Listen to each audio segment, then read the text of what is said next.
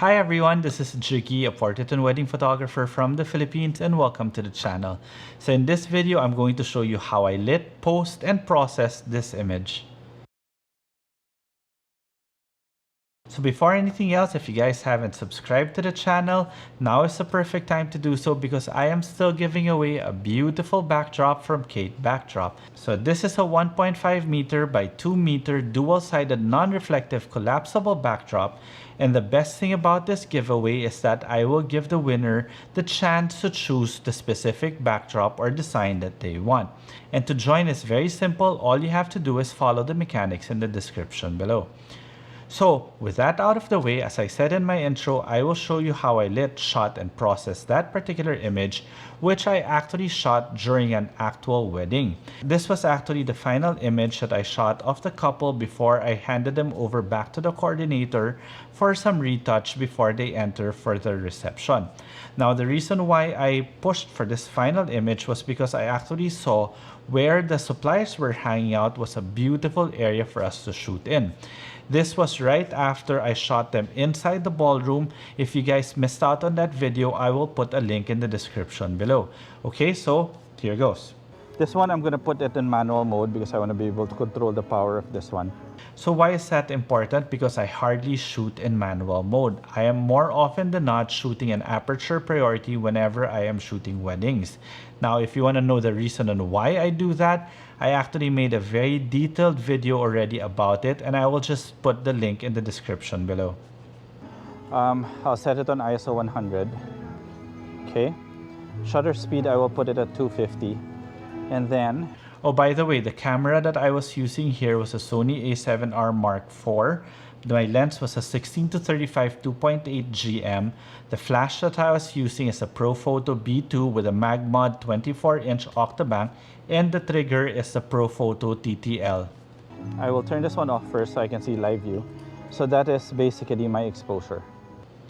Okay, so what happens basically whenever you're shooting with a TTL flash with a Sony system, it automatically turns off live view. So you won't be able to see what your actual exposure is unless you turn off your flash or you remove it from the hot shoe.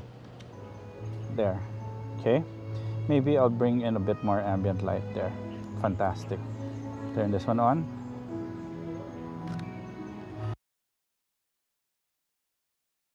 So what I just did there was I basically set my ambient light to how I want it to be. Normally it's about one stop under depending on how strong the ambient light is. And the reason why I do that is so that when I pop a flash, I am basically focusing my light on the couple and therefore focusing by light. In other words, I want my couple to be the brightest part of the image and everything else is just supplementary. You like it? See, Jeffrey's gonna be here now. He's the one that's gonna tell me if he likes a picture of his wife. Back. Back. Stand up there, Dylan. Stand up there. There, that's perfect. All right. So there you could see the light that I am using, the Profoto B2 with the MagMod Magbox Octabank, and I positioned it to the right. Now, why is it on the right? Because the existing natural light is coming from the right. Plus, it also helped that the bride's side is on this side, the right side, so she was always facing towards camera with her proper angle. Okay, so Jeffrey, you know what you're gonna do now? You're gonna be there, and then on the count, you walk towards her. Just one step, remember? One step. So Risa's gonna look like that, waiting for you. Then you're just gonna go, but staring at her. Okay, so right there. Risa, keep that pose. That pose is perfect. So what I meant there was I did another video of this same couple where I taught them how to do the walk. In other words, when you want to do a dynamic walking shot, you don't make your couple walk. The best way to do that is for them to just take one step and pretend they are walking.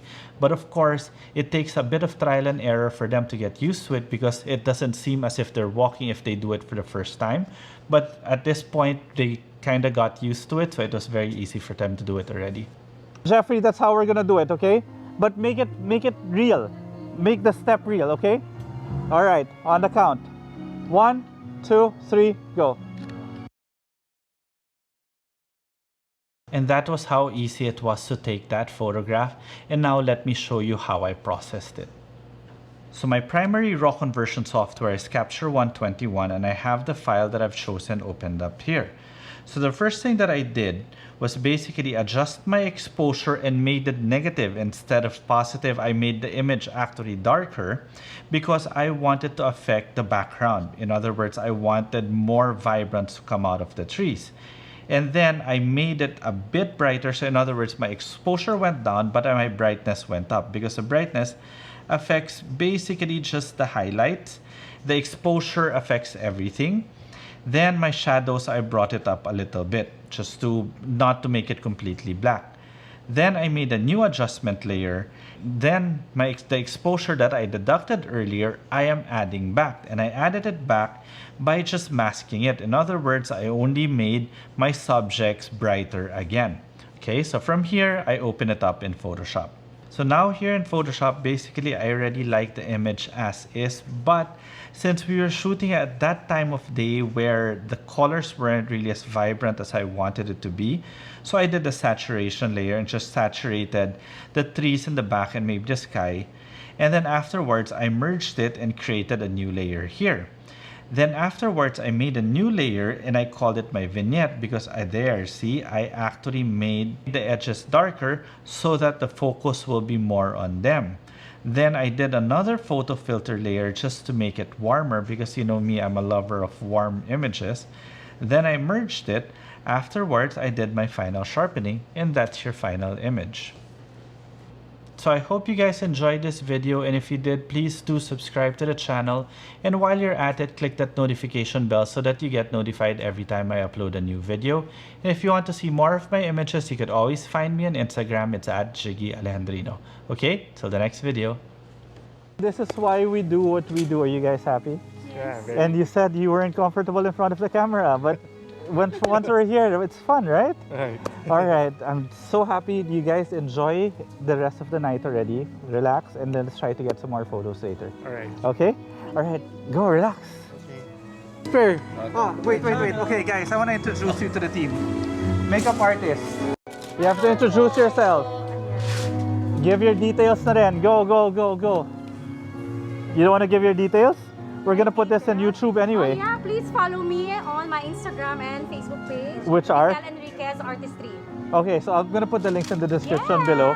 And then of course, the wedding gown was made by Ryland Dusdase. There we go. I'll put the links also. Message me your link so that we can put it. All right? We will follow you Okay. as well. All right.